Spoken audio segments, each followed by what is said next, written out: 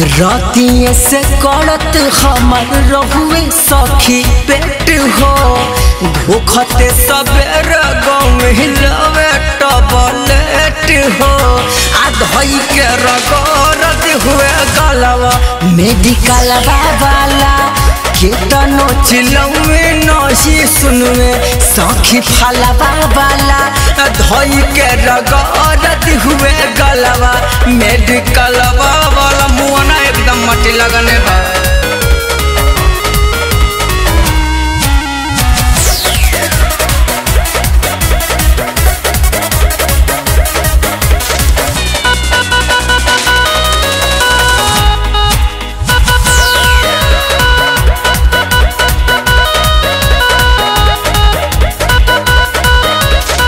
घोप हुए जबरी धके जगहे पे सुइया पट दे सुताई दिहलस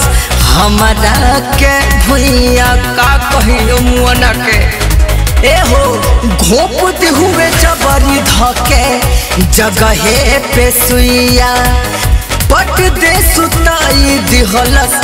हमारा के भुइया गिज हुए दहियो हमर होठवा से टोके सह गईनी दर्द हम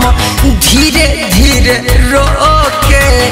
दूर हुए यार वाला मलवा मेडिकल वाला केतनो चिलौए नजियौए सखी फलवा वाला का कहे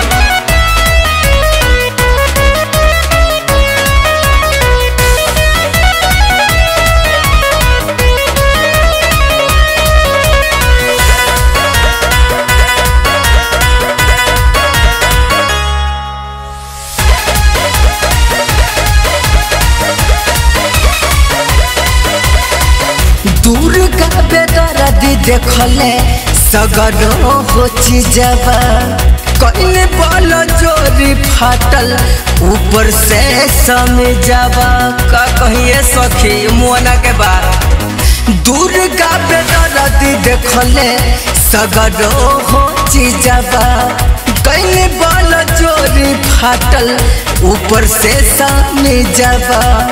तो वही से डरत बाटे बड़ा हमर मन हो आधई के उपेंद्र डॉक्टर लूटल हले धन हो